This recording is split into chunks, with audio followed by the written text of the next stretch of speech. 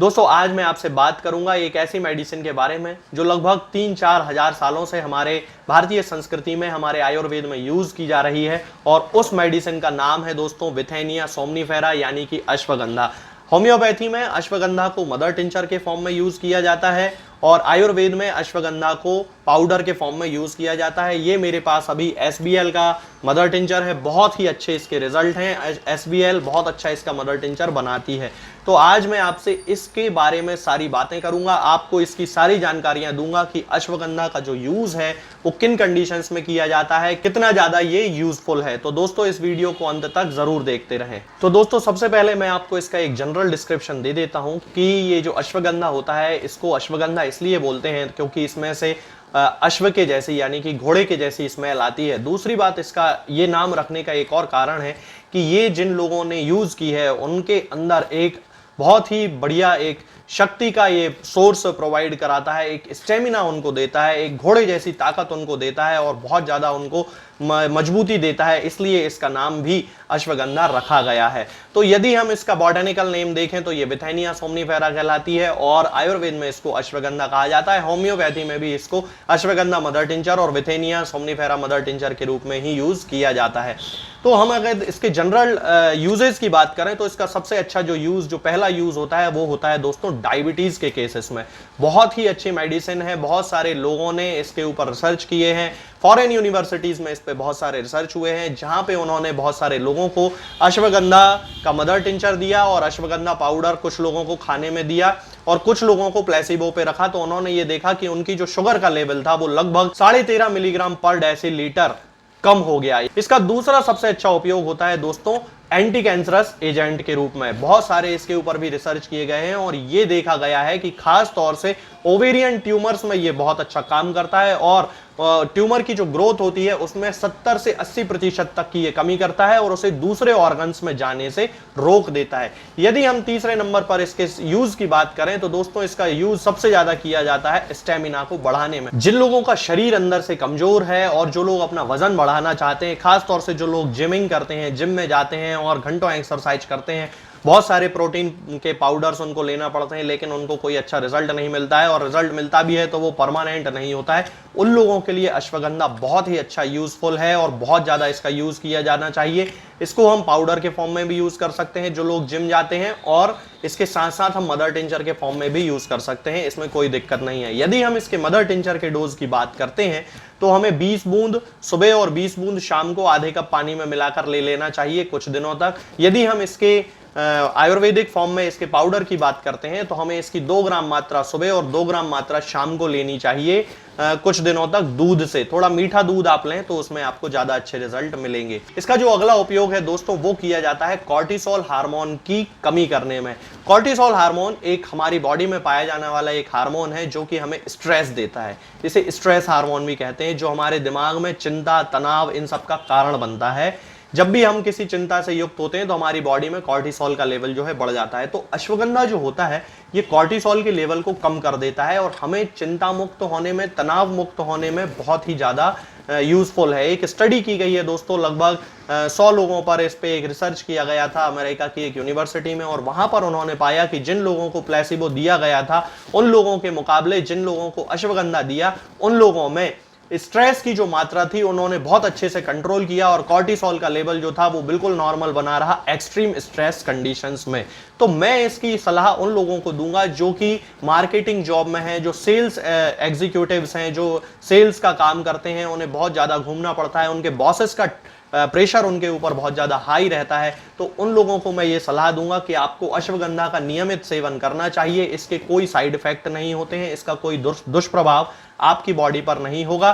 तरीका बिल्कुल वही है कि इसकी 20 बूंद सुबह और 20 बूंद शाम को आधे कप या 1 कप पानी में मिलाकर लिया जाए कुछ दिनों तक। उसके बाद इसका डोज जो है वो आधा कर देना चाहिए, यानी कि 10 बूंद सुबह और 10 बूंद शाम को कर देना चाहिए लगभग 1 महीने लेने के बाद। और यदि आप इसका पाउडर लेते हैं तो पाउडर के मात्रा जो है वो 2 ग्राम सुबह और 2 ग्राम शाम को रखें। इसका कोई साइड इफेक्ट नहीं है, लेकिन दूध में मिलाकर पिएं।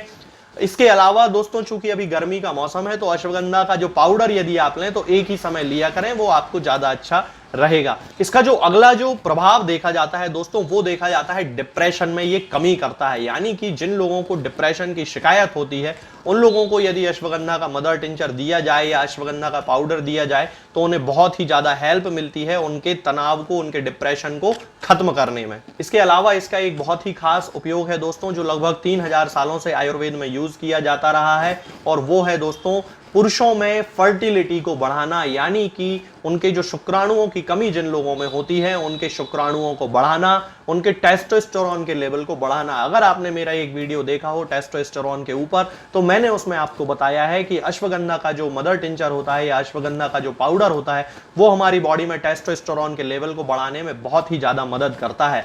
तो दोस्तों जिन लोगों के शुक्राणुओं की कमी है, जिन लोगों के अंदर, जिन लोगों के सीमेन में शुक्राणुओं की कमी है यानी कि स्पर्म्स की कमी है, उन लोगों को अश्वगंधा का सेवन जरूर करना चाहिए। और जिन लोगों की दाढ़ी मूछें सही से नहीं आ रही हैं, जिन लोगों को गायनेकोमास्टिया की शिकायत है, जिन लोगों की आवाज पतली है, पुरुष हैं वो लेकिन उनकी आवाज बहुत पतली है और उनको कोई बहुत ज्यादा अपने अंदर खास मसल मास दिखाई नहीं देता है, जो उनके मसल्स होते हैं मसल फाइबर्स एकदम रिलैक्स्ड मसल फाइबर्स होते हैं, बिल्कुल रिलैक्स्ड रहते हैं, हाथ पैर बड़े ढीले ढाले रहते हैं, स्त्रियों जैसा उनका स्वभाव होता है, तो ये सब टेस्टोस्टेरोन की कमी से होता है दोस्तों। तो ऐसे लोगों को अश्वगंधा का पाउडर जरूर यूज करना चाहिए दोस्तों, और 2 ग्राम सुबह और 2 ग्राम शाम को ही इसकी जो मात्रा है वो उपयोग में लाना चाहिए। इसके अलावा दोस्तों इसका एक और बहुत खास उपयोग है इन्फ्लेमेटरी प्रोसेस को रोकने में। जिन लोगों को बार बार घाव हो जाने की शिकायत हो जाती है, उनको कहीं चोट लगती है और बहुत ज्यादा सूजन जिन लोगों को आ जाती है, खास तौर से आपने देखा होगा कि डायबिटीज के जो पेशेंट होते हैं उनके घाव बहुत जल्दी पक जाते हैं, सूजन हो जाती है, इन्फ्लेमेशन उनको बहुत ज्यादा आ जाता है, उनका जो सी रिएक्टिव प्रोटीन टेस्ट जिसको सीआरपी टेस्ट कहते हैं वो बहुत जल्दी जो है वो बढ़ जाता है इन्फेक्शन के कारण। उन लोगों में अश्वगंधा बहुत ज्यादा यूजफुल है और उन्हें अश्वगंधा का यूज जरूर करना चाहिए एक जनरल मेडिसिन के रूप में।